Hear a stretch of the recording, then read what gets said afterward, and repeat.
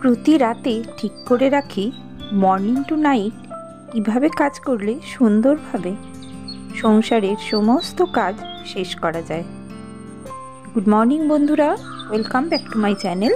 আমি সঞ্চিতা, আর আমার ছোট্ট চ্যানেল সঞ্চিতার সঞ্চয়ে তোমাদের সবাইকে ওয়েলকাম জানিয়ে শুরু করছি আর একটা নতুন ভিডিও। আজ শুক্রবার আর এখন সকাল 7টা, আর এখন থেকেই ভিডিওটা শুরু করলাম। তোমাদের ভালোবাসা, আশীর্বাদ আর অনেক অনেক শুভেচ্ছা নিয়ে চলে এলাম তোমাদের কাছে আমার সারা দিনের কর্মব্যস্ততা শেয়ার করতে। আশা করব তোমরা যে যেখান থেকে দেখছো ভালো আছো, সুস্থ আছো আর অনেক অনেক সাবধানেও আছো। জানো, আমার কাজের পদ্ধতিটা হয়তো তোমাদেরই মতো কিছুটা। আমি ভীষণ যত্ন করে সংসারটাকে সাজিয়ে গুছিয়ে রাখার চেষ্টা করি ও সারাদিন চেষ্টা করি কিভাবে সমস্ত কাজ সময় মতো শেষ করব। আগের দিন রাত্রিবেলা থেকেই আমার মাথায় চলতে থাকে পরের দিন সকালবেলার উঠেই কি কাজ করব আর কোন কাজটার পর কোন কাজটা করলে খুব তাড়াতাড়ি শেষ করতে পারবো, সেটাই আমি সবসময় চিন্তা করি। যেহেতু আমার সকালের টিফিন থাকে, সেটা একটু এক্সট্রা কাজ আমার, কিন্তু আমরা টিফিন না খেয়ে থাকতেও পারবো না, তাই জন্য আমাকে টিফিনটা করতেই হয়। আর একই শীতের বেলা, এত ছোটোবেলা যে মর্নিং পারসন থেকে প্রতিদিনই আমি লেট পারসন হয়ে যাচ্ছি। কাজ কিছুতেই গুছিয়ে টাইম মতো করতে পারছি না, তাই জন্য আগের দিন রাত্রিবেলা থেকেই অর্ধেক কাজ প্রায় শেষ করেই রেখে দিই। কী করি বলো তো, সমস্ত সবজি টবজিগুলো একটু কেটে কুটে রাখি। সেটা কিন্তু তোমাদের সঙ্গে আর শেয়ার করা আমার হয় না, কারণ কি জানো তো, সব সময় না এই ভিডিও করতে ভালো লাগে না। কিছু কিছু মুহূর্ত আছে যখন আর ভালো লাগে না, ধৈর্য হারিয়ে যায়, তখন আর ভিডিও করি না। সেই জন্য আমার ভিডিওটা করাও হয় না সন্ধ্যের দিকে। আর রাত্রিবেলা যেহেতু আমার বলেছি একদমই আমার রান্না করতে ইচ্ছা করেই না, কটা রুটি করি, খালি রুটি করতে এসে কিন্তু আমি সবজিগুলো সব কেটে গুছিয়ে রেখে দিই।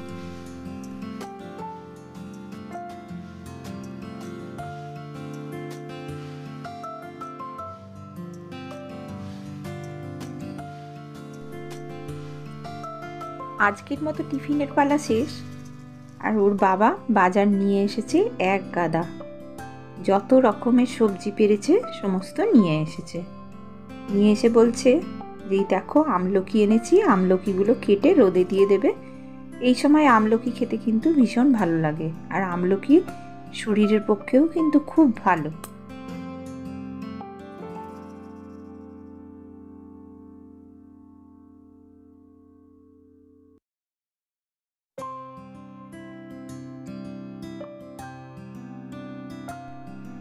আমলকি এমন একটা ফল যে আমলকির অনেক গুণ আছে। যেমন ত্বক ভালো করে, তেমন লিভারের সমস্যা থাকলে সেটাও ঠিক করে, চুল ঠিক করে, অনেক রকম এর কাজ। এর কার্যকারিতা নিয়ে আমাদের আর নতুন করে কিছু শিখতে হবে না, আমরা মোটামুটি সবাই কিন্তু জানি। তা দেখো, এই এত সবজি নিয়ে এসেছে, তার মধ্যে আবার নিয়ে এসেছে কি কচি কচি মূলো শাক। কে নাকি দিয়েছে, বলছে যে নিয়ে যান, ভীষণ ভালো হবে। এই দেখো, কপি নিয়ে এসেছে, একটা কপি পুরো পচা, ভালো করে দেখেইনি, দিয়ে দিয়েছে ব্যাগে নিয়ে চলে এসেছে। আর আমি তো বাড়িতে এসে খুব রাগারাগি করছি যে তুমি কোনো জিনিস হাতে করে কেন দেখে নাও না। ও বললো আমি তো দেখে নিলাম, তারপরেও নাকি একটা কপি পচা দিয়েছে। তো যাই হোক, হাতে করে দেখে জিনিস না কিনলেও এরকমই হবে। আমরা মেয়েরা কিন্তু সমস্ত জিনিসটা দেখে নেড়ে তারপরে কিন্তু কিনি।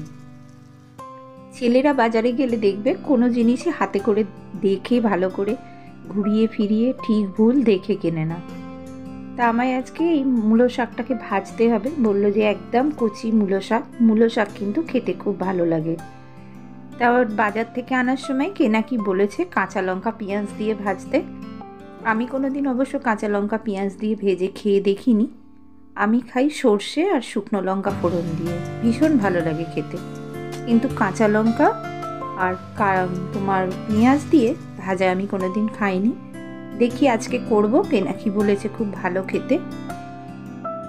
তো এটাও ভাজবো বলে আমি সব ভালো করে কিন্তু বেশি জলে 2-3 বার করে ধুয়ে নিলাম। কারণ জানো তো, শাক না গোটা অবস্থায় ধুলে এটা কিন্তু খুব ভালো হয়, কারণ গোটা অবস্থায় ধুলে পুরো নোংরাটা চলে যায়, তারপরে কাটার পর আরেকবার ধুয়ে নিতে হয়। আর এই দিকে দেখো, এক গাদা পাবদা মাছ নিয়ে এসেছে। বাজারে নাকি আর কোনো মাছ নেই, পাবদা মাছ আর একটু চিকেন। তা আমি কোনটা করব সেটাই ভাবছি। চিকেনটা যদি করি তাহলে সেটা দুবেলা হয়ে যাবে, আর পাবদা মাছটা যদি আমি রেখে দিই তাহলে কিন্তু 2-3 দিন ধরে খাওয়া যাবে। কারণ দেখো, আমাদের মধ্যবিত্তের সংসার, একদিনেই সবটা খেয়ে নিলে তো হবে না। একদিন যদি মাছ একবেলার বাঁচাতে পারি তাহলে কিন্তু সেটা আমার আরেকদিন চলে যাবে। সপ্তাহে যদি আমার 4 দিন, একদিন বাজার করে নিয়ে এসে যদি আমি 4 দিন 5 দিন চালাতে পারি, আমরা যেহেতু সাধারণ মধ্যবিত্ত ঘরে, আমাদের কিন্তু একটু ব্যালেন্স করে চলতে হয়, না হলে কিন্তু আমাদের চলবে না। কারণ একদিনে যদি সব খেয়ে ফেলি তাহলে কিন্তু আমায় অন্যদিন নিরামিষ খেয়ে থাকতে হবে। আর যেহেতু আমাদের মাছ মাংস খেয়ে অভ্যাস, আমরা কিন্তু নিরামিষ ভাত একদমই খেতে পারি না। তো সেই জন্য মাংসটাই আজকে রান্না করব। আর মাছগুলো কিন্তু আমি সব গুছিয়ে তুলে দিলাম ফ্রিজে। তাই জন্য মাছগুলোকে আমি ডিবে বন্দি করে নিচ্ছি, এগুলোকে আমি ফ্রিজে তুলে দেবো। আর আগের দিনের আমাদের বাড়িতে যে ছেলেটা মাছ দিয়ে যায়, সে অনেকগুলো, সেই তোমার কি মাছ বলে ওগুলোকে, কি একটা মাছ, সমুদ্রের মাছ, কি একটা সরু সরু, সেই মাছ দিয়ে গিয়েছিল। সেই মাছগুলোকে আমি কি করব বলো তো, একটু ভাজা করে নেবো, কারণ ওর বাবা না প্রথম পাতে একটু ভাজা মাছ খেতে ভালোবাসে। তো আমি মাংসটাকে আজকে একটু অন্যরকম ভাবে করব, তাই জন্য মাংসটা ধুয়ে আমি জল ঝাড়াতে দিয়ে দিলাম।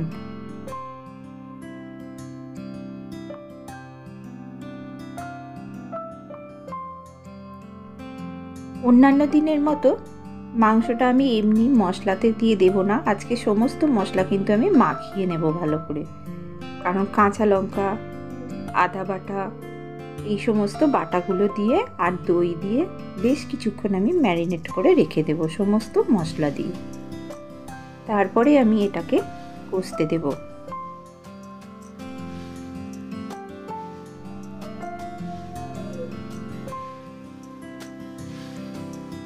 এই চিকেনকে কিন্তু নানান প্রসেসে আমরা রান্না করতে পারি জানো।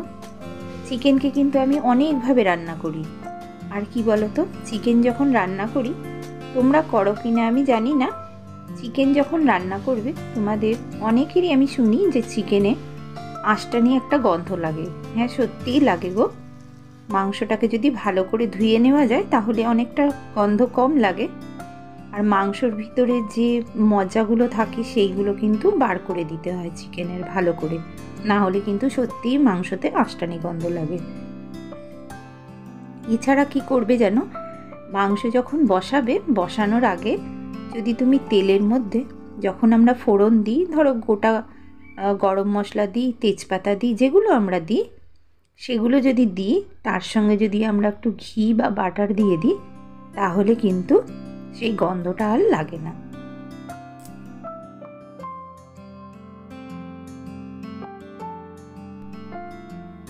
তো আমি তোমাদের সঙ্গে গল্প করতে করতে কিন্তু সব কাজই গুছিয়ে করে নিচ্ছি। কারণ দেখো, সকাল থেকে উঠে আমি সমস্ত কাজই কিন্তু এক এক করে করে নিচ্ছি। আর আগের দিন রাত্রির থেকে কিন্তু আমি সব প্ল্যান করে রেখে দিয়েছিলাম যে কি কি কাজ করব।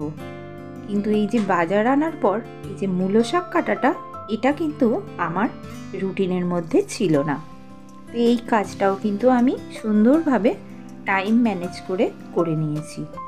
আর এই যে আমি যে মাংসটা বসাচ্ছি, এই মাংসটায় কিন্তু আমি প্রথমে তেলের মধ্যে 2 চামচ ঘি দিয়ে দিয়েছি। ঘি বা বাটার, ঘিয়ের টেস্টটা একরকম হয় আর বাটারের টেস্টটা কিন্তু অন্য আর একরকম। দুটোর টেস্টই কিন্তু খুব ভালো লাগে খেতে।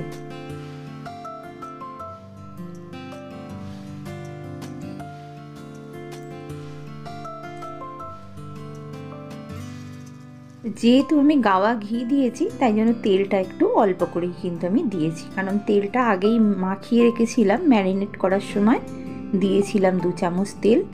তাই আমি এই পেঁয়াজটা ভালো করে ভেজে নেব ঘিয়ের মধ্যে, নিয়ে তার মধ্যে একটুখানি যেই পেঁয়াজটা ভাজা হয়ে যাবে তার ভিতরে কিন্তু আমি রসুনটা দেব, দিয়ে তারপর মাংসটা আমি কষতে থাকব।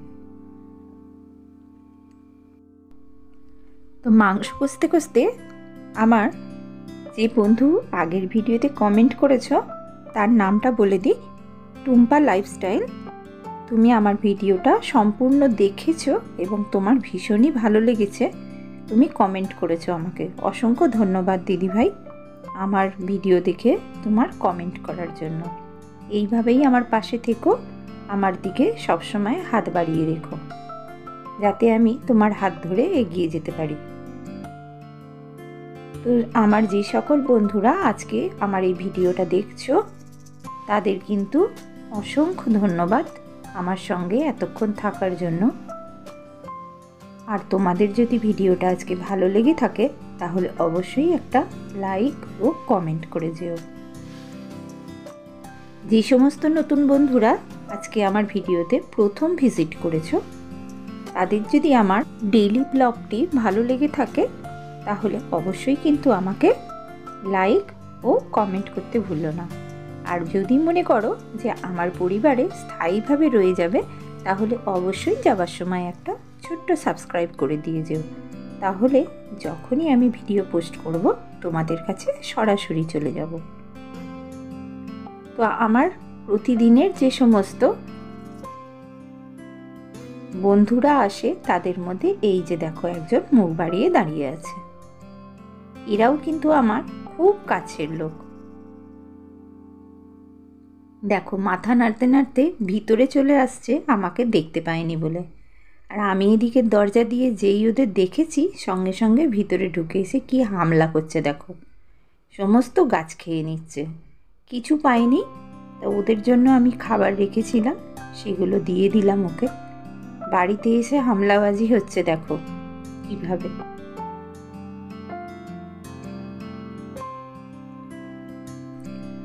এমনি বালতিতে দিয়েছিলাম, খেলো না কিন্তু জানো তো, আমি হাতে করে তুলে দিতে তবে খেলো দেখো। এইবারে ওদের আমি ঢুকতে কেন দিই না জানো ভিতরে, ওরা এতটাই বড় সাইজ না, আর আমার তো এইখানটা খুব ন্যারো জায়গাটা, সেই জন্য এখান দিয়ে না ওরা বেরোতে পারে না। দেখো বালতিটা আমার ফেলে দিল, আর একটু হলে কিন্তু ফেটে যেত বালতিটা। তো যাই হোক, ও চলে যাবার পরে কিন্তু আমার কাজ বেড়ে গিয়েছিল, এখানটা কিন্তু আমাকে পুরো ঝাঁট দিয়ে পরিষ্কার করতে হয়েছে।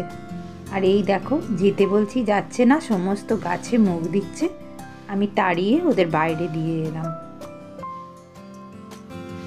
বড্ড সাহস হয়ে গেছে জানো এদের।